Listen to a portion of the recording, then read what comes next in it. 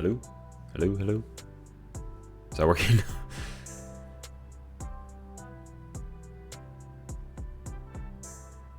Okay.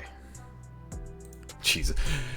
You don't stream for a few months and just your mic doesn't work anymore. And also, second we get back, Chi steals my hat. Hey Chi, how you doing? Nice to see you again. It's been a minute. We've not streamed for quite a while. We've been very busy. We've still been kind of busy, so sorry, not about to start putting up schedules again or anything, but we are in the summer, or mostly in the summer. As some people still say it's technically spring, but whatever, next month's June. Summer enough. Hey, how's everyone doing? I'm your host, usual Dungeon Master Vibe. Feels good to be somewhat back. So, just no updates on what's been going on. So I have been going back to wizard school. And it's been going good. It's been going really good. It's been keeping me very busy. So yeah, it's been interesting. It's been very interesting these past 2 months. But I think it's going pretty good right now. Things really feel like they're kind of getting back on track, I guess. It feels like, which feels good. And yeah, we'll maybe go be able to start doing some regular streams again.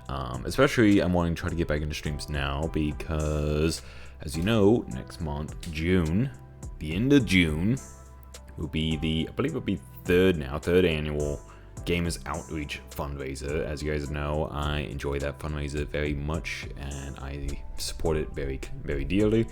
And the past 2 years, we have taken part in not only the VTuber SummerSlam, which is coming up at the end of June, but also we took part in the October Spooktacular, which was also super fun, even if all of my plans for that one kind of did not work out so great. But I'm really hoping to be able to take part in that again this year. So I'm trying to get back into the swing of things with streams and whatnot, and I'm already trying to work out some possible plans for stuff to do if we are able to take part in that. They've already reached out to me, asking me if I want to take part again, and should time allow, I definitely do. So I will have more updates for that, of course, we get to things on that, and I'm very much looking forward to it. So as far as today goes, what we're doing today, I just wanted to do some D&D talk. Lately, especially, I've been noticing a lot of topics popping up in my feed in regards to DNPCs, or just, in general, just NPCs that are with the party a lot.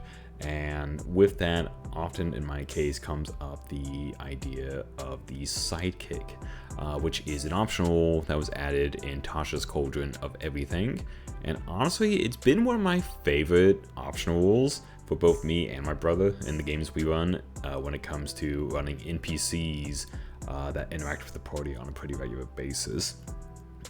So if you're not familiar, sidekicks are something that was added in there that essentially are almost like watered down player characters. Because as you know, if you have experience running the game as a DM, you do not really want to create a full-on player style character sheet with all the class levels and everything when you make an NPC. It's not great balance wise, just to be perfectly frank. Especially if it's somebody fighting the party or someone fighting alongside the party. It can just create a lot of issues of balance or outshining characters and things like that, and it really promotes the very negative side of a very common topic in these spheres, which is the DNPC, which is essentially an NPC that is basically created as a player character that is just controlled by the DM, which is for the most part pretty frowned upon, I'd say. I certainly try to avoid it myself. The only time they really have an NPC with them is when it's more kind of the quest giver and they're really not a combatant or anything like that, and also really don't have all the answers either. And the one workaround for that, and a favorite workaround for that, for me especially, is the sidekick rules. So let me just swap on over the screens here, and I can actually let you guys take a little look at what we're talking about. So, the sidekick A sidekick can be any type of creature with a stat block in the monster manual or another D&D book, but the challenge rating in its stat block must be 1/2 or lower. You take that stat block and add it as explained in the Gaining a Sidekick class section. So this is a very interesting thing. So you're not, even when you do this, you are not creating a character from scratch. You are taking an existing stat block, be it one of the, kind of pre-made or just basic NPCs in the back of the monster manual, or a particularly weaker monster even, and you give it a sidekick class. And this is something that really creates some very fun options for the game, especially with gaining like pets. If you like to play with your characters having pets and things like that, this is a really good way to run it. And this is also something that in games I play at home with my brother and some friends of ours is in some of the harder adventures where we did not actually have the amount of people the book recommends, we would supplement that by adding sidekicks to our party. Like essentially each of us had our own little sidekick, be a pet or a buddy of some sort, and it helps balance things out while not making the party too strong either, because these sidekick classes are not as robust or as strong as a full-on PC player cast. These are sidekicks, they are, they're a little weaker than you, but they help you a lot. To kind of go on with that, you'll see this next section here kind of gives you a little flavor text to help you understand a bit. To join the adventurers, the sidekick must be the friend of at least one of them. This friendship might be connected to a character's backstory or to events that have transpired in play. For example, a sidekick could be a childhood friend or pet, or it might be a creature in the adventurers saved. As DM, you determine whether this is sufficient trust established for the creatures to join the group. And it is really that paragraph right there that really sells me on this. It is such a fun mechanic. It's like you go out in the woods, you save like a wolf or something in the bear trap, and then it starts following you guys around. It likes you, it starts to trust you guys, and maybe that becomes the sidekick for like your ranger or something. In the case of the game I'm currently running for me and my friends, this is actually, they currently have 2 sidekicks. One of them is a monkey that the druids saved. That monkey, his name is Dennis, and they actually they had made from a magic chain that he wears that lets him talk. So Dennis is a talking monkey that they have, and after getting him that chain and rescuing him from his captors, he came to trust the party, and the party's druid in particular, who is they're the bestest buds basically.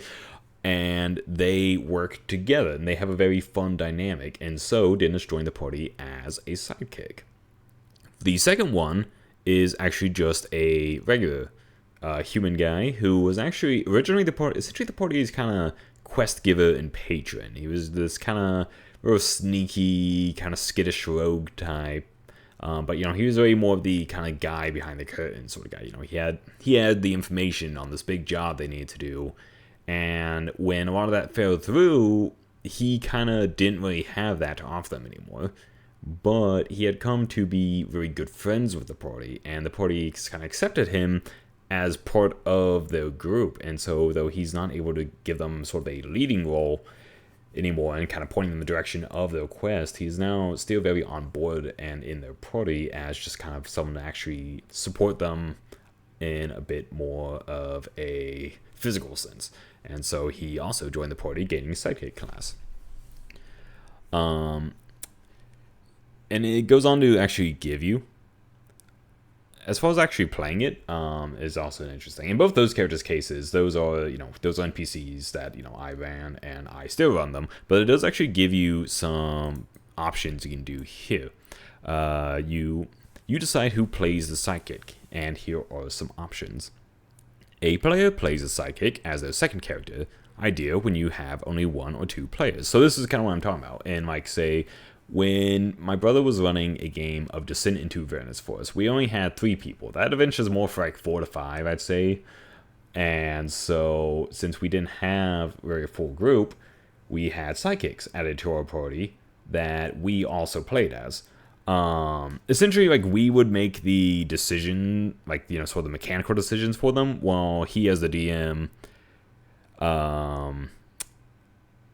like, essentially play the voice and kind of give the decision. And that's kind of that's sort of a hybrid decision for it.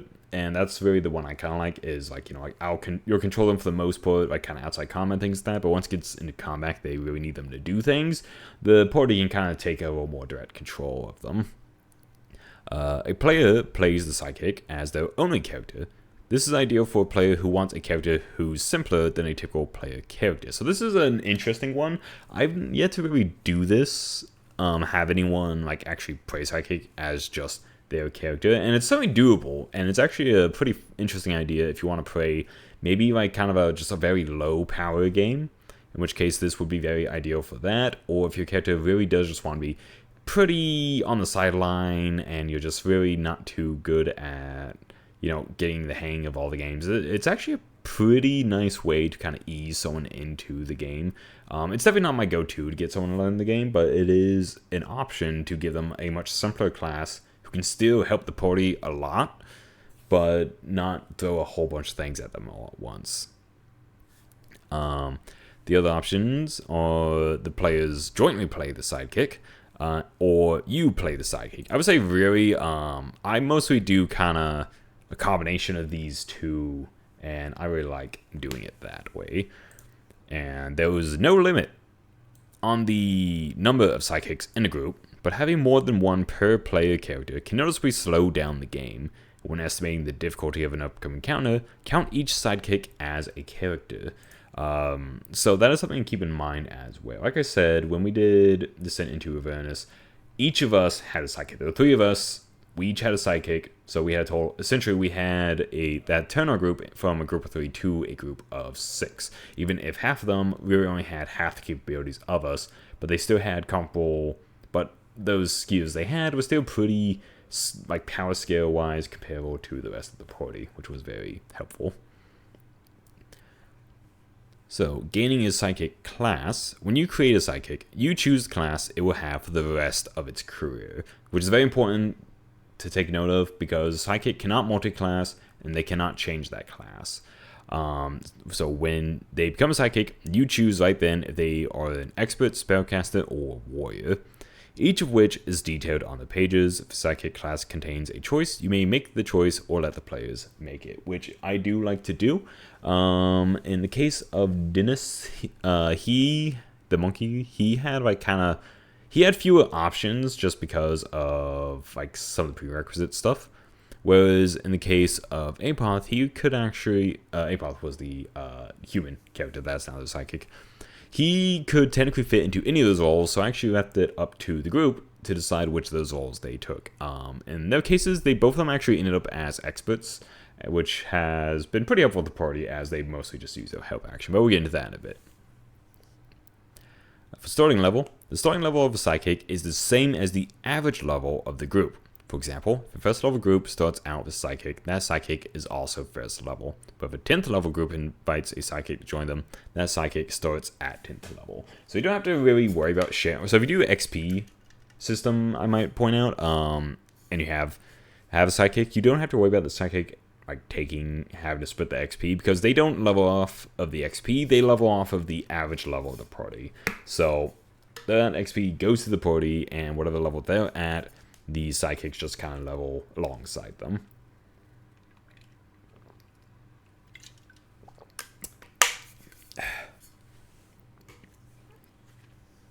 As for leveling up a sidekick, whenever a group's average level goes up, sidekick gains a level. It doesn't matter how much the group's recent adventures sidekick experience, the sidekick levels up because of a combination of the adventures it shared with the group and its own training, which is just kind of emphasizing the previous point there. It's just me.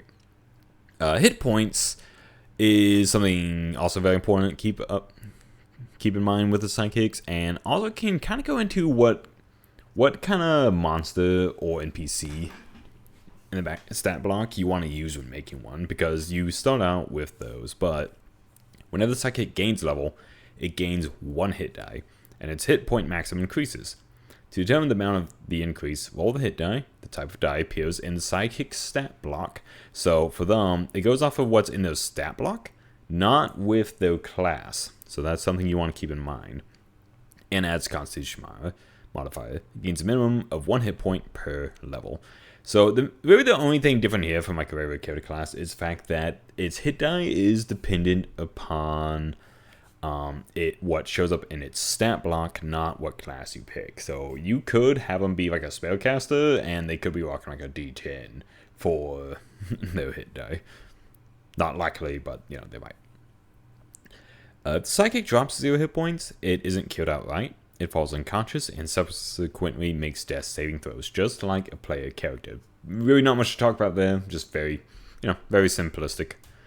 That does actually bring up a kind of unrelated point. There's actually a fun little thing that my current group has been doing, which is whenever a person is downed, instead of having them roll their death saves, they have me, their DM, make their death saves in secret. So they do not know until they check the person if they are still alive or dead. Which has been interesting. It's made some tense moments, actually. They've all survived thus far. Very good on them. But yeah, it's just a fun little that you might want to play around with yourself, possibly. Let's see, proficiency bonus. Sidekick's proficiency bonus is determined by its level and its class, as shown in the classes table.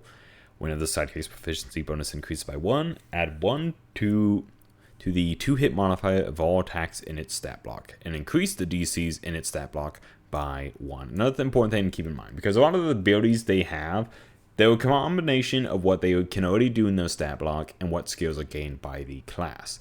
And some of those things are not the class skills, so this here just, lets you know, like, yes, they still have access to those, things in the stat block, and they do scale with the level as well, which is actually really helpful for some stuff we'll get into later on, as far as some really good options as far as creatures to actually pick to be a sidekick.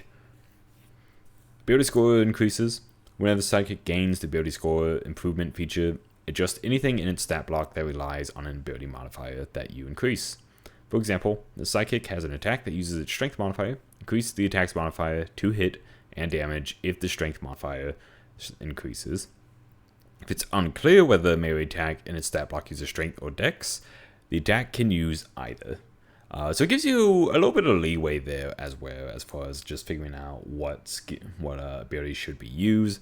Nothing crazy there. Again, it's all pretty standard stuff, but it's things that are just pretty helpful. Which also does further kind of give a decent bit of customization with that, because you can essentially take that stat block there and really turn it into something pretty different from the original creature by the end of it. So moving on, we will get into the first of the Sidekick classes, the Expert.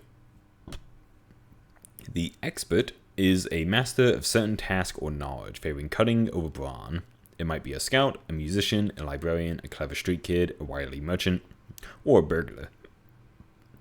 To gain the Expert class, a creature must have at least one language in its stat block that it can speak. So that's something important to keep in mind, is there's not a lot of prerequisites a creature has to have to take a Sidekick class, but there is that. And it's actually, I believe it's the same thing with the spellcasting class for the Sidekicks, which is they just have to be able to speak at least one language in their stat block. So if they have that, they can be an expert or the spellcaster, which is really not that big a prerequisite, really. They just have to be able to talk.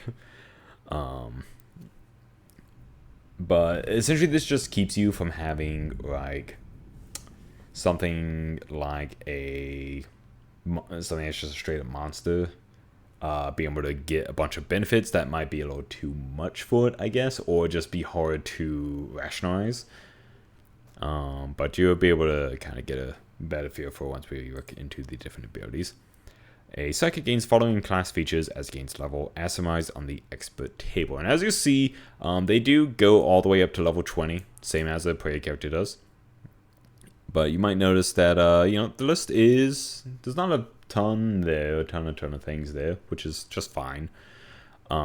Because they are not meant to be as strong as the party really, but they are meant to be just a nice good support for them. So, bonus proficiencies is one thing the expert gains at level 1. The Sidekick gains proficiency in one saving throw of your choice, from Dexterity, Intelligence, or Charisma. In addition, the Sidekick gains proficiency in 5 skills of your choice, and it gains proficiency with light armor. If it is a humanoid or has a simple or martial weapon in its stat block, it also gains proficiency with all simple weapons and with 2 tools of your choice. So with these things here, it essentially gives you the option to make them into just a very quick fighter, or just somebody to help fill in the roles for a lot of skill checks maybe the party doesn't have many proficiencies in. It's someone to just kind of help you fill that in. And what you might notice with that is it's somewhere kind of like a low tier rogue almost, which is how I like to really look at the expert, is they are essentially kind of like a discount rogue. They have, their high number of proficiencies. They have a little bit of, they don't hit a lot, but when they do hit, they can do a decent bit of damage, and they're good at kind of diverting attention. They're just kind of helpful on and off the battlefield in these smaller ways that go that really go a long way. And that really comes into play on the other level 1 ability, Helpful. The Sidekick is adept at giving well-timed assistance. The Sidekick can take the help action as a bonus action, and this is essentially the most common thing that the expert has done for my party in particular, and other group I played with, is the experts will just use that help action to help the party land the big hits, because they themselves actually really don't deal a ton of damage, just on their own, but they are really good at helping the party do so. And these next 2 abilities are where you really start to see them kind of take a little bit of a flavor from the rogue, which is in Cunning Action. The Sidekick's agility or quick thinking allows it to act speedily. On its turn in combat, it can take the dash, disengage, or hide action as a bonus action, very similar to rogue. And then at 3rd level, they get Expertise. Choose 2 of the Sidekick skill proficiencies. The Sidekick's proficiency bonus is doubled for any ability check it makes that uses any of the chosen proficiencies. And at 15th level, choose 2 more of the Sidekick skill proficiencies to gain this benefit. At level 4, you get your ability score improvements, really the same as the party. And just like with the party, they cannot raise that above 20 by using this feature. Level 6, this is where they really start to shine, I feel like, and actually get a little more combat options as well. Level 6 to get Coordinated Strike. Sidekick is adept at fighting in concert with a companion. When a Sidekick uses its helpful feature to aid an ally in attacking a creature, that target can be up to 30 feet away from the Sidekick, and the Sidekick can deal an extra 2d6 damage to it the next time the Sidekick hits it with an attack roll before the end of the current turn. The extra damage is the same type of the damage dealt by the attack. So with that, essentially, they do not need to get close to the enemy in order to give somebody else advantage on their attack with it. They can use help action as a bonus action to target a creature 30 feet away from them to give a party member advantage on their next attack. And then if they themselves attack that creature in that same turn, they get an extra 2d6 of damage, which is pretty similar to, just a little similar damage bonus to a rogue sneak attack. But as you notice, they do not actually get sneak attack, so they're not really trying to go in for those hits the same way as a rogue is. They are just helping the party and getting these little nice, decently strong hits here and there. Level 7, they get Evasion. Because of the extraordinary good luck, the Sidekick is skilled at avoiding danger. When the Sidekick is subjected to an effect that allows it to make a Dexterity saving throw to take only half damage, it instead takes no damage if it succeeds on saving throw, and only half damage if it failed. The Sidekick doesn't benefit from this feature while incapacitated. Again, pretty much the same as your regular rogue.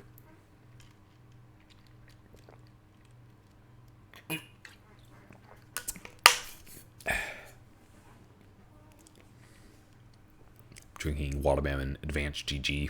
I got it from WeebCon. They had a special one. It's actually the first time I've had this stuff. It's actually really good. I do the non-caffeinated though, because I don't really like energy drink type stuff. Anyways, Inspiring Help.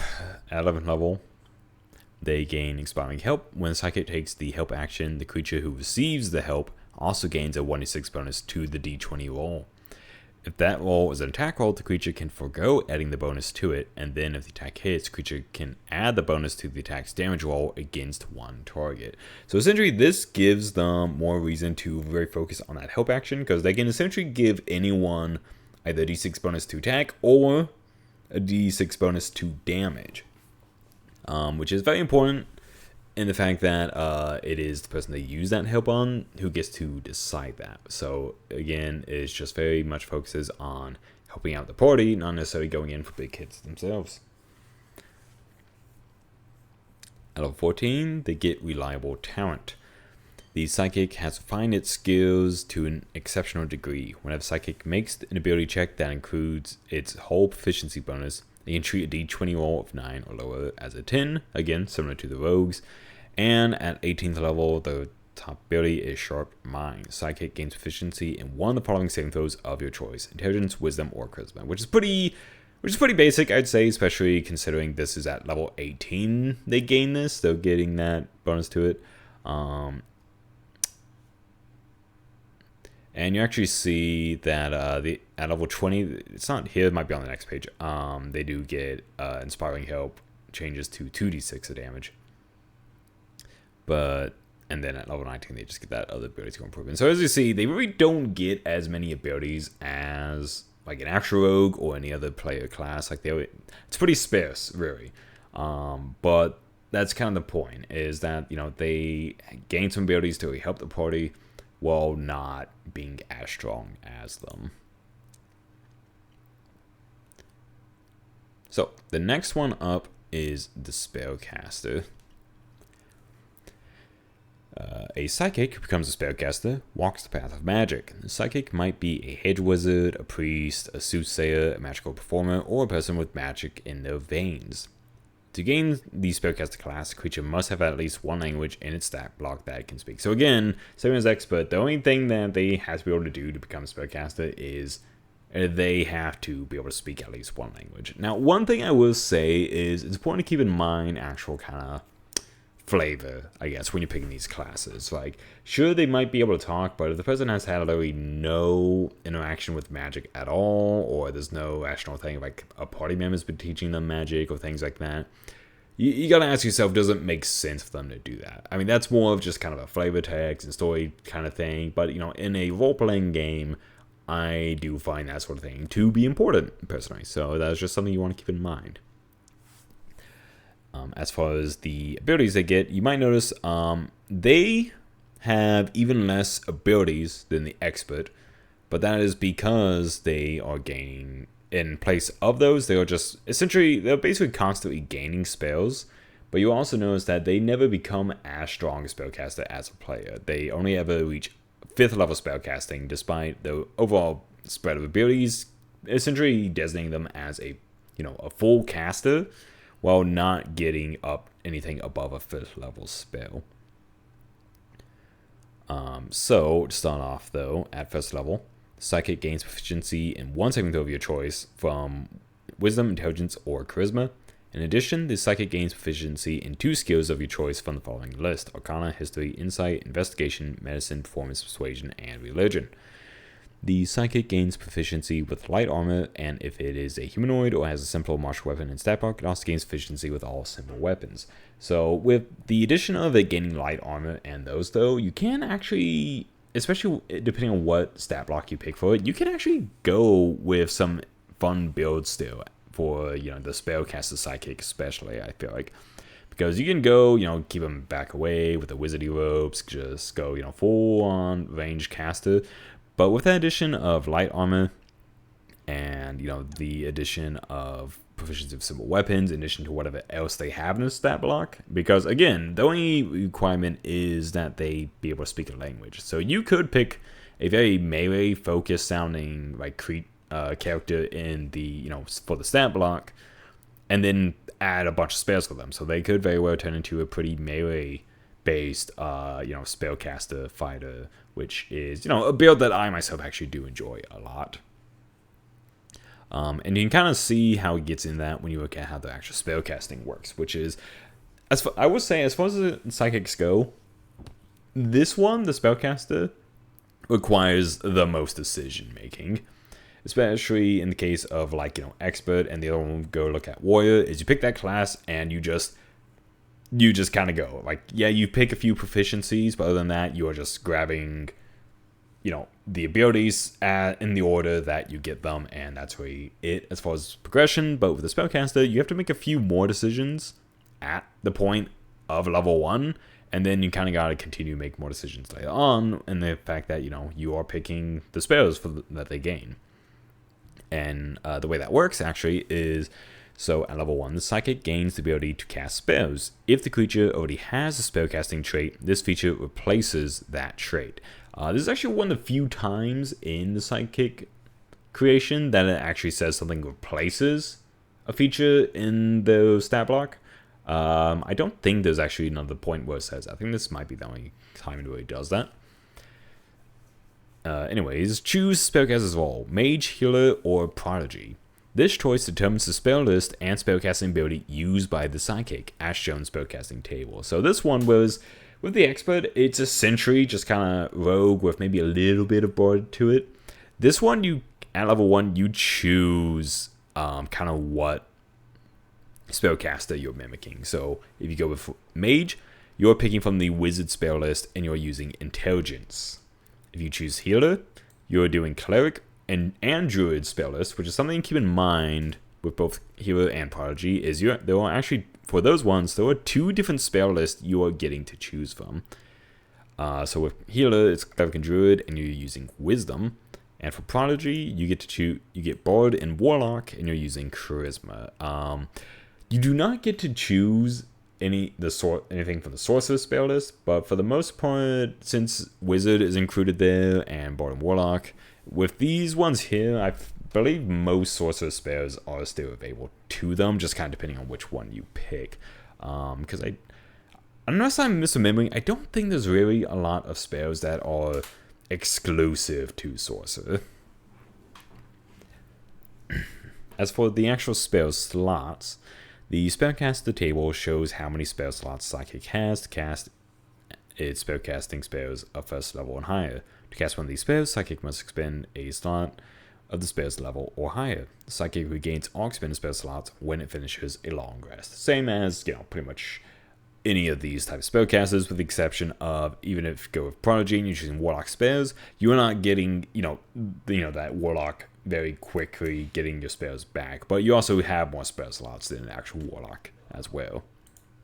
So same as Expert, you're kind of landing somewhere in the middle of the actual function of the classes that the Psychic kind of mimics. And I feel like that does actually work flavor-wise too, because for the most part, the Psychic is probably a character that is kind of learning a lot from the party. So they're kind of doing a lot of things secondhand to how the party actually does it.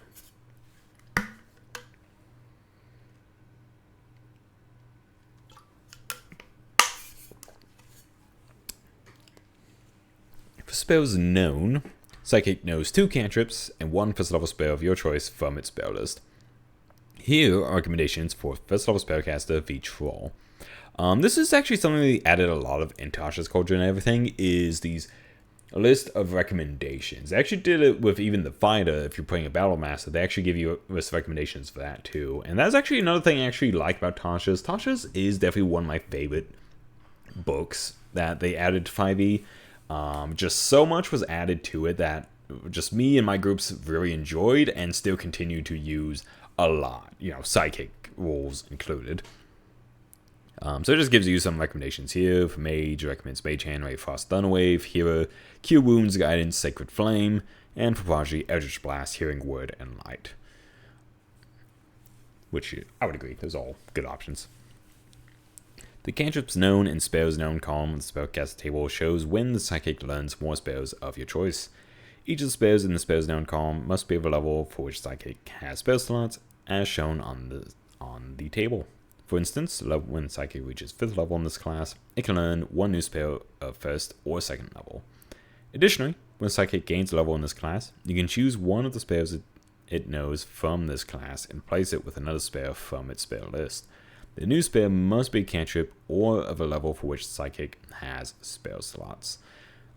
So keep in mind that even if you're doing something like Wizard, you're not learning spells the way Wizards do. Even if you're doing Cleric list, you don't have access to that full thing. You're still limited to, this is the number they know of cantrips, this is the number they know of leveled spells, and you are limited to that. So, though they function with the spell list, their actual selection is honestly, if anything, a little closer to how Sorcerer runs. So it does kind of simplify it a little bit, I feel like. And even as a spellcasting class, it still keeps it pretty well and simple, I would say, for people. Spellcasting ability. The Psychic spellcasting ability for these spells depends on the choice you made on the spellcasting table. Psychic uses its spellcasting ability whenever a spell refers to that ability. In addition, uses its spellcasting ability modifier when setting the saving throw DC for a spell it casts and when making an attack roll with one. The spell save is 8 plus Psychic's proficiency bonus, plus the spell attack mod, and spell attack mod is, plus the spell ability modifier, and the attack modifier is its proficiency bonus, plus the ability modifier. So, pretty standard stuff there, all in all. Spellcasting focus. Psychic can use a focus for its spells depending on the choice made of the spellcasting table. Mage can use an arcane focus, a hero can use a holy symbol, and a paladin can use an arcane focus or musical instrument. So you can flavor quite a bit, really, especially if you do prodigy. You can flavor it as more of a, kind of Eldritch or E-magic, or as more of a bardic kind of magic, which is very nice. Level 4, again, ability score improvements. Level 6, to get potent cantrips, Psychic can add its spellcasting ability modifier to the damage it deals with any cantrip, which is actually pretty nice. I would say this ability right here does definitely kind of certify a heavier kind of offensive role for them, I would say, as opposed to focusing more on support type spells. I would have liked if this hat gave something to actually give bonuses to support sort of spells as well, but just for the way hearing works and then the way support abilities work, it's just kind of hard to find something to really add to that, I suppose. So I'll leave that be for now, I guess. And the next ability that they get, other than additional spells, they do not get until level 14, which is empowered spells. Choose one school of magic. When Psychic casts a spell of that school by expending a spell slot, Psychic can add its spellcasting ability modifier to the spell's damage roll or healing roll, if any. So essentially, this one right here actually does kind of what I wish they did with the 6th level one. Is they also let you add it to healing if it's a healing spell instead, which is very nice. It does feel pretty late that they get to do that being a level 14 ability. But with how limited a lot of the stuff they get with that, I guess kind of understand. I feel like the big thing with that is just magic can be such a strong thing in the game. I guess the concern is there's not a lot of ways to have another spellcast in the party and not have them be stronger than the rest of the party, other than them being pretty reliant on just the kind of raw mechanics of the spell and not getting a lot of bonuses to it. Especially if they are also getting whatever other abilities they get from, say, the stat block.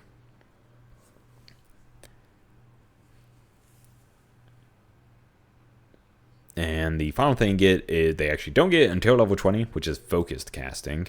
Taking damage can't break the Psychic's concentration on a spell. As far as the level 20 ability goes, I'm not gonna lie, that one actually feels pretty good for me.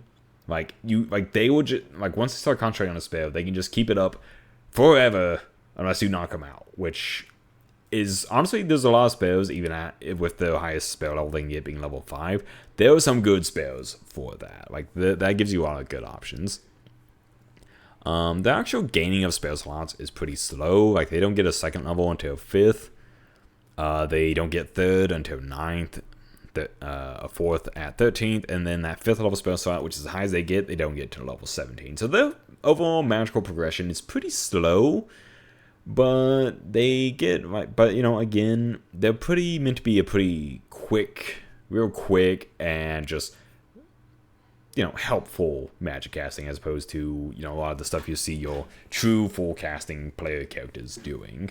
I'd say this one is pretty simplistic, same as the expert, and that is just really a thing that is like. I say it almost sounds like it's a criticism, but it's actually not. It's actually good just how simplistic psychic classes are, because it adds a very helpful functional member to the party, this functional NPC who is not able to do everything for the party. They can just help the party do the things, which is, I think, really good and really the best way to go about having an NPC cheer along the party all the time. If you're going to have an NPC with them all the time, is that NPC needs to just not be capable of hogging the spotlight at all or anything like that. But they have abilities that allow them to kind of really shine in a moment in which the party really needs the help. And if it's a character the party really likes, they'll actually appreciate that a lot. Like, the party gets very excited when, Dennis lands a crit after helping a party member with his help action. It's like they get very excited when the monkey just chucks these rocks like baseballs at guys. And then the guy he helped then turns around and finishes that guy off with a big attack that they had advantage on. It's a good dynamic. So that will bring us to the next and final of the three classes, which is the warrior. So the warrior, you're going to notice doggo right off the bat here, which is super important. The warrior is the one that gives you the most options as far as who to pick for a sidekick. So a warrior sidekick grows in martial prowess as it fights by your side. It might be a soldier, a town guard, a battle-trained beast, or any other creature honed for combat. The sidekick gains following class features as it gains levels in its class, as summarized on the white table. You'll notice there's nothing here listing a prerequisite. There is no prerequisite for them to be a warrior.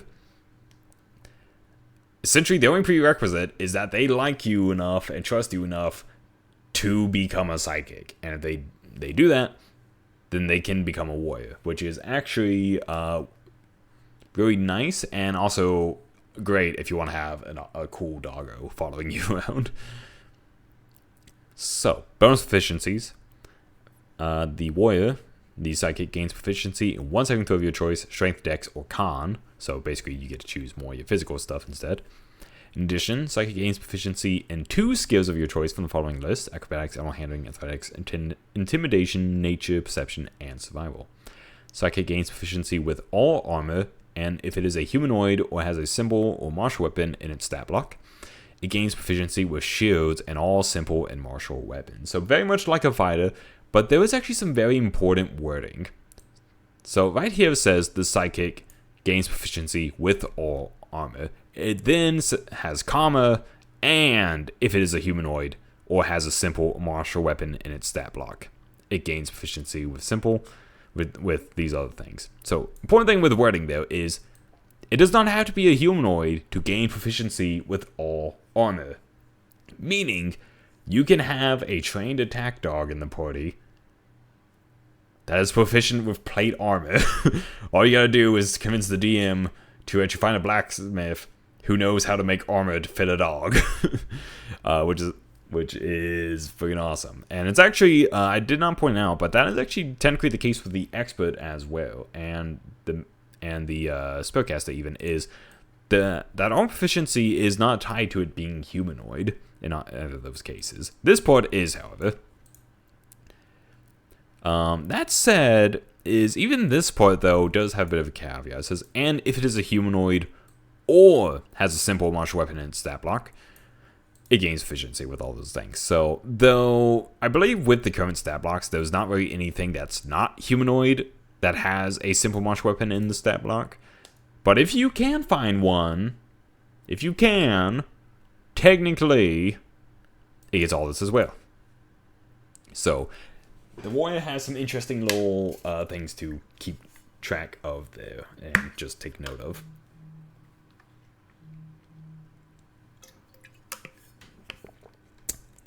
One moment.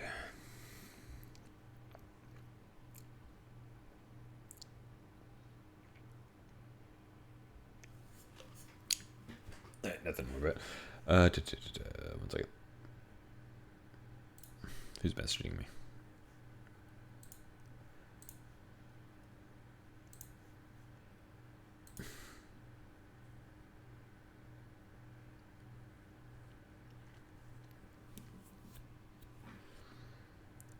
I cannot find who's messaging me. What the heck? You ever do that? You like get a notification, then you can't find it. I think I should just turn my notifications off when I stream. This is one of the reasons why I'm not great at streaming in hindsight, is I'm really bad at just saving this stuff for later when I'm in the middle of streaming. Anyways, so blah blah blah blah.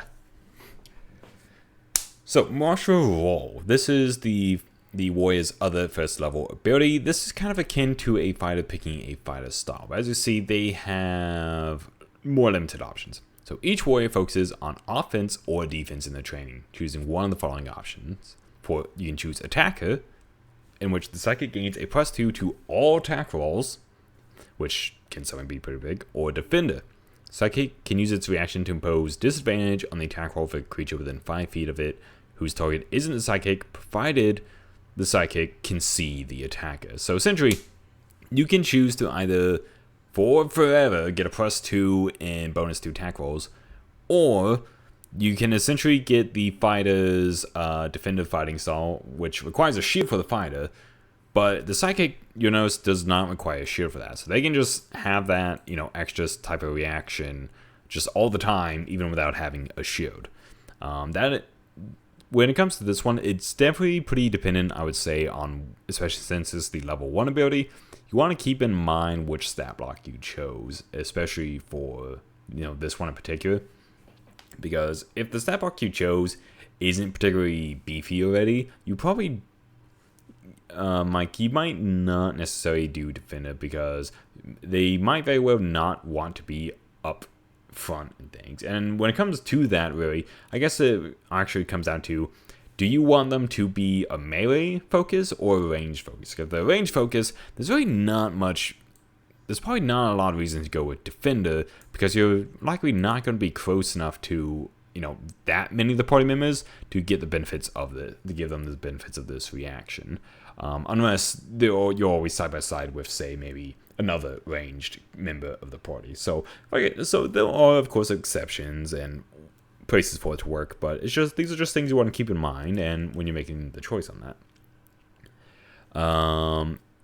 Really, all in all, the warrior is pretty much fighter to a T, just discount fighter. Where the other one's kind of like how the expert is almost completely just kind of discount rogue with a few bardish things. I would say the warrior is pretty much discount fighter with. No, I really think it's just mostly fighter. They're basically a discount champion fighter. With at level 2, they get second wind. Psychic can use the bonus action to action on stand to regain hit points equal to 1d10 plus its level in the class. Once it uses this feature, it must finish a short or long rest before it can use it again. The Psychic can use this feature twice between rests, starting at 20th level. So I would say that though, not getting that second use until the 20th level, and it's only a second use, isn't that good, I would say, but a lot of games aren't reaching that higher level anyways, though, is also something to look at. But even then, that seems like maybe it'd be good to get this a little earlier. Third level, they get improved critical. Psychic's attack roll score crit on 19 or 20 on the D20, which is, as far as to get at level 3, that's pretty good, I'd say.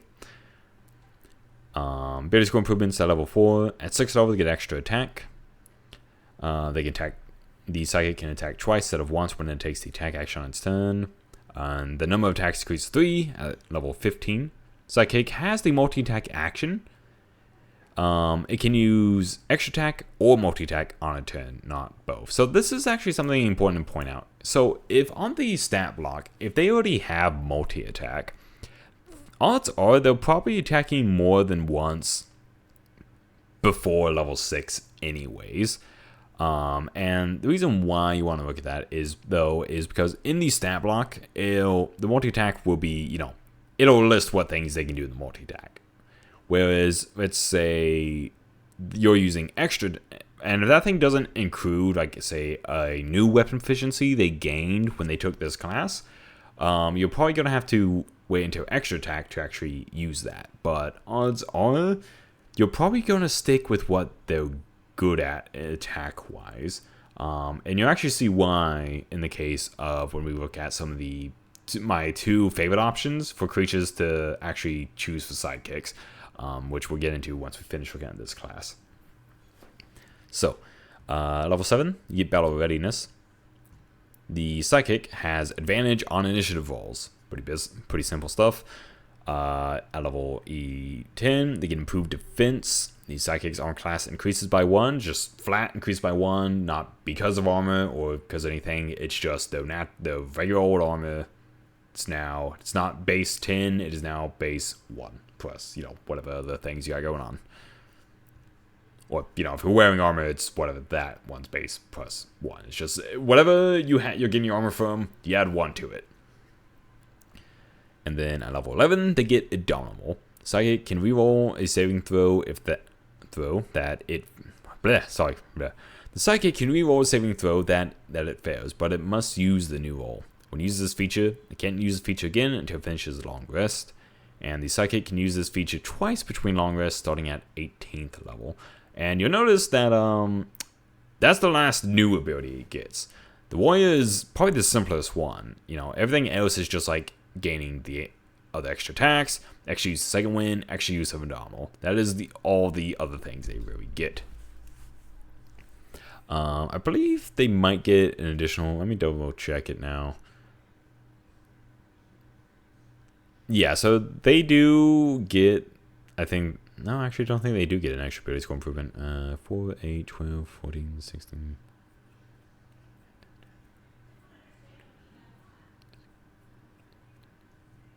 Yeah, let me double check.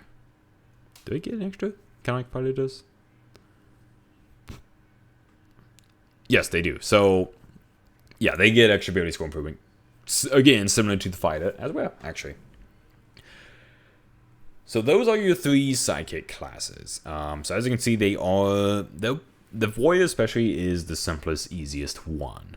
But the Warrior is probably the one that benefits the most from the original stat block of the creature. Because in some of the cases, especially with, say the Spellcaster, the Spellcaster is probably going to stop using a lot of those original features from the original stat block.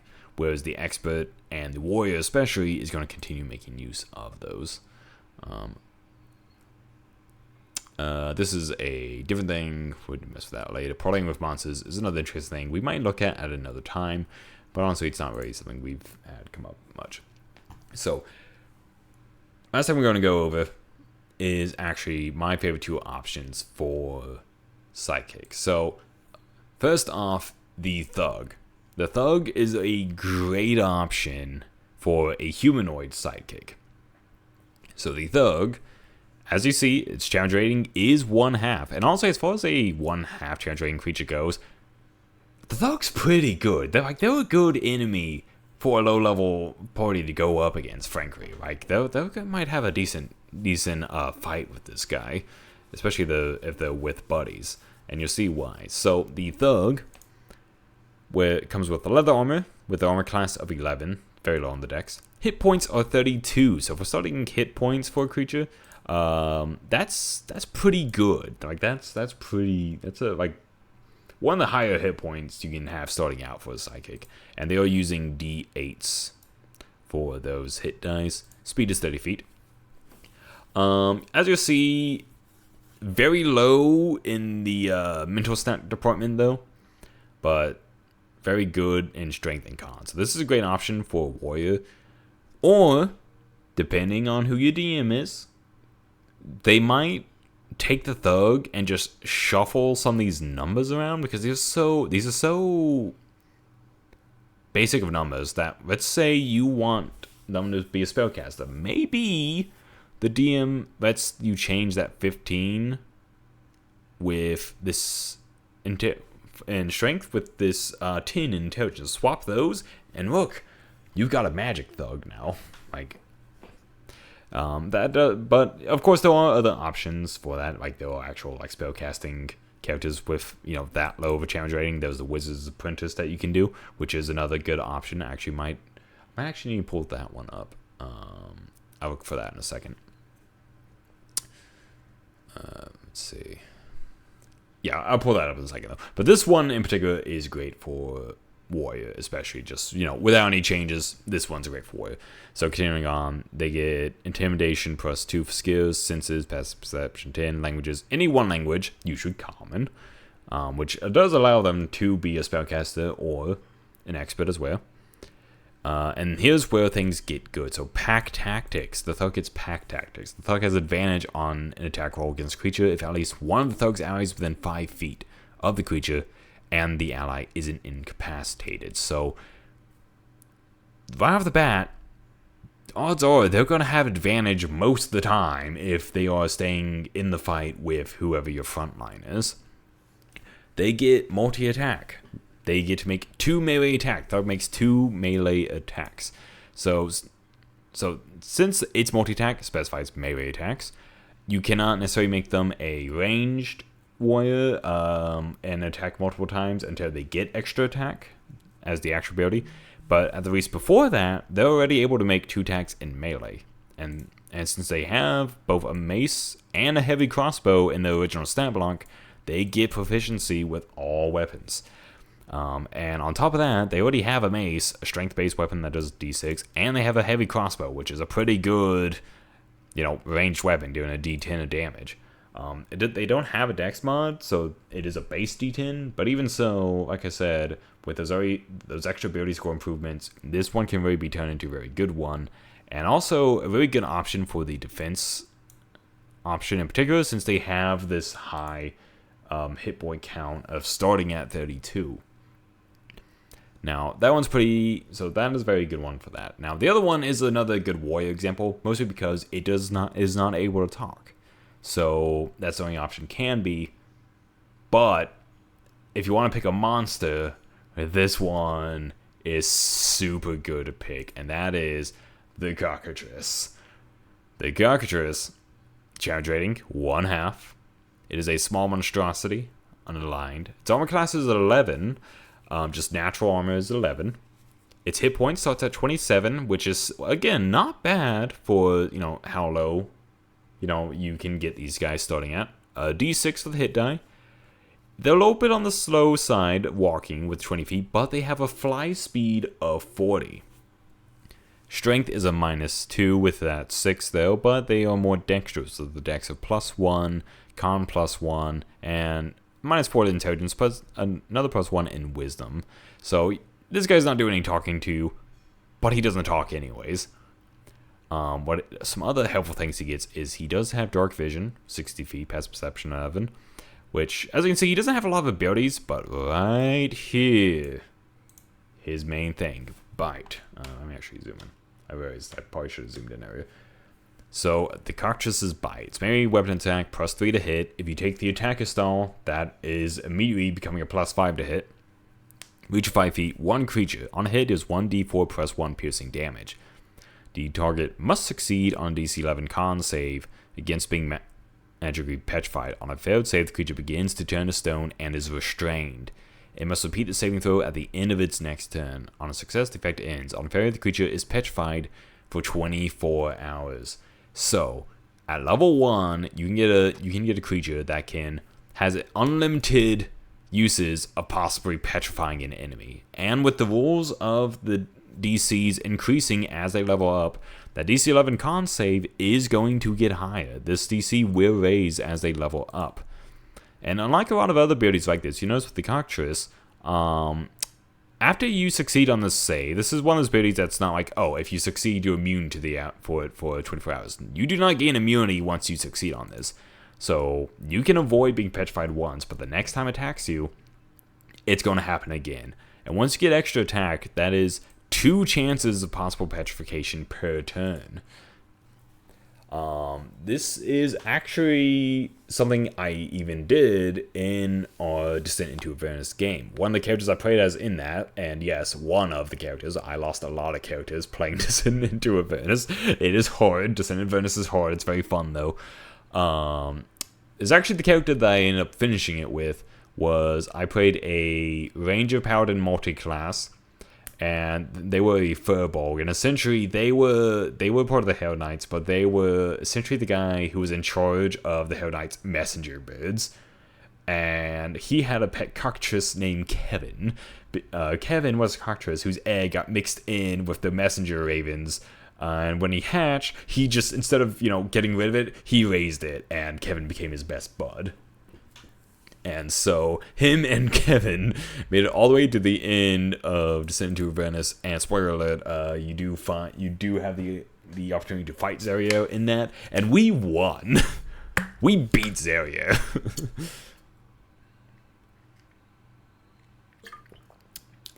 Not one-on-one, of course. We had the whole rest of the party too, but still, it was awesome.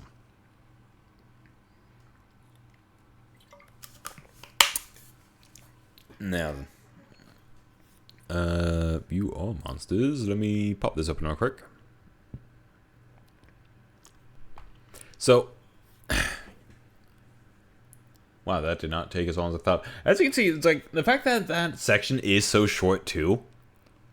That's another good reason to actually use, just those rules. Is they're not too crunchy.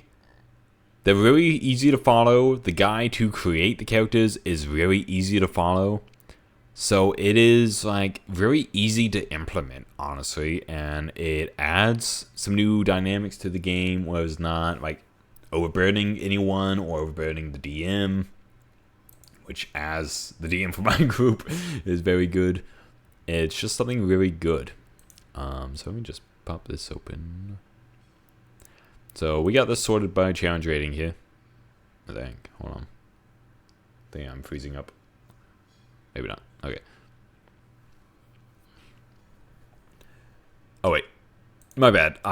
It was flipping. I accidentally flipped it. So on 1 or 20 if you haven't noticed. So other options you can do, because these are all things with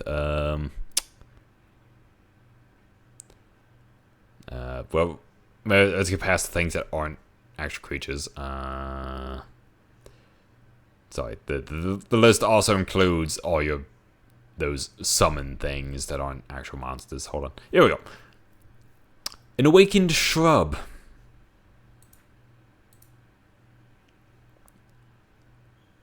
An awakened shrub can be a sidekick. Not the best option, but it is an option that can be fun. If you also want a monkey companion, you could have a baboon, which is a more dexterous option. It cannot talk, but if you do something like we did and make them able to talk, they could make a decent expert. You can have a badger. You can have a bat, cat. A commoner is honestly just a really basic option. You can meet your best buddy, and look, that is zeros across the board. He is a blank slate, the commoner. The world is your oyster. They can be anything. They are not. You're definitely gonna want. They're gonna have to piggyback off you for quite a while with that starting 4 hit points. But they do get a D8, so that number's gonna go up pretty quick. Unless you roll bad. They're not the best starting option, really, but it is, again, but it really is an option, though. Let's see, crab, cranium rat. Cranium rat's actually could be another interesting one. So, cranium rat.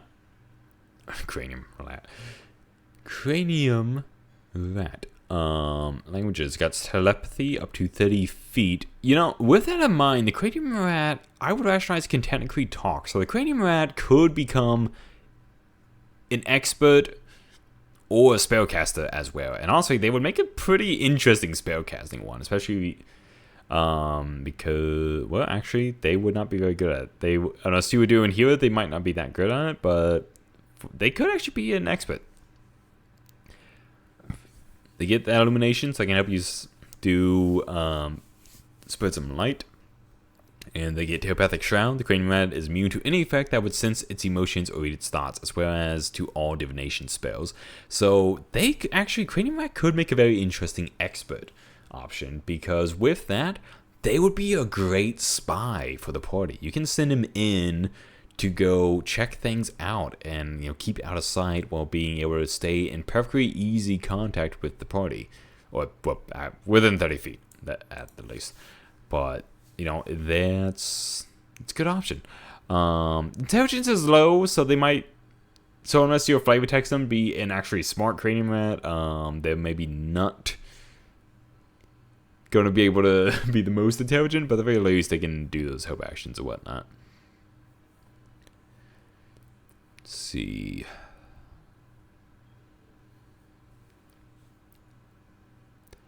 If you want to get creepy, you get a Lemire. You could go save one of these things from hell.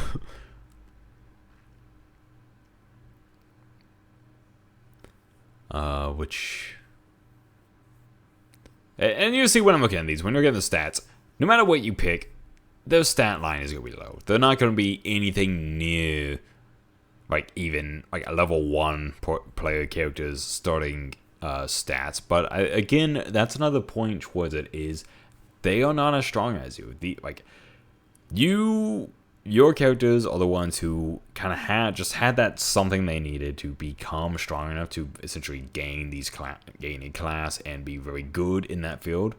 Whereas these are guys who got good enough to work alongside you. You know, they got good enough. You go with a bandit, something a little bit above just your commoner, for another good human option that can do a bit of, you know, another option for the expert possibly with that dex. And then just, you know, just starting out with those scimitars and like crossbow, they've really got a good loadout for that already. Cultist could be a good option for a spellcaster, because they're gonna start off with some. Wait, they don't? What the heck? Have I forgot how cultist? Oh yeah. Oh wait, no. Yes, the regular cultist isn't the magical one.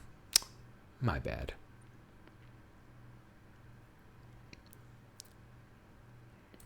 Of course, if you go into something more specific cultist types, you might get a little something. Wow, oh my god, there's a lot of cultists in this. In any case, as you can see, there's a lot of options. Like, it might be a little daunting to have to scroll through all these to check and see what's available, but there is a lot available, especially with all the other monsters they added in so many of these books, and some of the, you know, new kind of pre-made like just NPC options. Like, there's a lot. You really do have a lot you can choose from. There's a lot of very interesting options. It is, you know, it just adds a fun dynamic to the party and just gives some options to include, you know, some characters, be they actual people or creatures from one of the player characters' backstories actually into the game and in the story of the game, and a very kind of a, I guess, mechanically helpful way as well as a story way. There's just a lot of really good options. It's very fun, and like I've said, is if you're low on players for your game, and especially if you're wanting to run some of the kind of harder modules, this is a really good way to supplement the party and make it to where you can still play some of those modules. Like I said, like, we were a group of 3, and which is not recommended for Descent into Venice, but by adding Sidekicks to our party, we were able to finish that. We did have character deaths, of course, but we did have characters that made it to the very end. Like, from beginning to end, we did. And technically speaking, my characters, I did have characters that did... Yeah, by the end of Descent into Avernus, all of my characters, even the ones that died, ended up getting brought back to life. So, technically, all my characters made it to the end of that campaign. But yeah. So, let me swap screens here, because that's about what I got. Like I said, it is just an optional that I enjoy a lot. I know this is a really short stream as well, but it has been so long since I streamed, and this was just a topic I wanted to chat with it for a little bit as I try to get myself back into the flow of things and see what I can do. I don't have any concrete plans going forward as far as, you know, trying to continue to do this. I am still doing a lot of other stuff, you know, on my own and just trying to get some other things going. So it's like, you know, I'm still around, I'm still doing stuff. I'm just not being able to stream like I used to quite as regularly. But like I said, be keeping an eye out for June. Even if I end up not being able to take part, there were so many other people taking part in the V2 of SummerSlam fundraiser, and it is a great fundraiser. It is a great organization. So do be sure to go in and support them if you can. Of course, you know, like anything that you can do is always appreciated in those things. So just, you know, keep an eye on that. I am going to be trying to take part in it again, like I said, and when I figure out what we're going to be doing for it, I'll let you guys know when I know. But yeah, I think that's gonna just do it for me tonight. Thank you guys for stopping by again. It's nice to see you again. Nice to do this again. Maybe when I get some games I feel like playing on stream, I'll try to put together a bit of a regular schedule again once I get things just really going with the, you know, the new summer schedule I got going on, as opposed to the full-time school schedule I was doing during the semester. But you know, we'll just see what we can do. So thank you guys very much for watching. I hope you had a good time, and for now, just wish you all a good night and safe travels. Bye.